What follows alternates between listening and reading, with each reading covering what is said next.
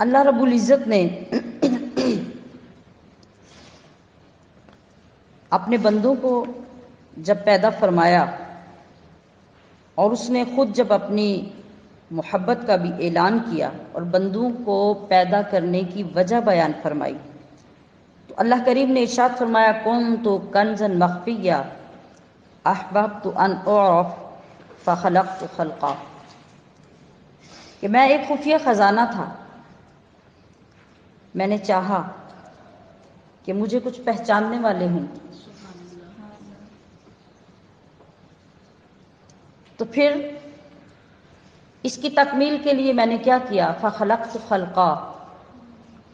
میں نے مخلوق کو پیدا کیا، اور یہاں مخلوق سے مراد محمد الرسول اللہ صلی اللہ علیہ وسلم، کیونکہ آپ ہی باعث ایجاد عالم ہیں، آپ ہی کو سب سے پہلے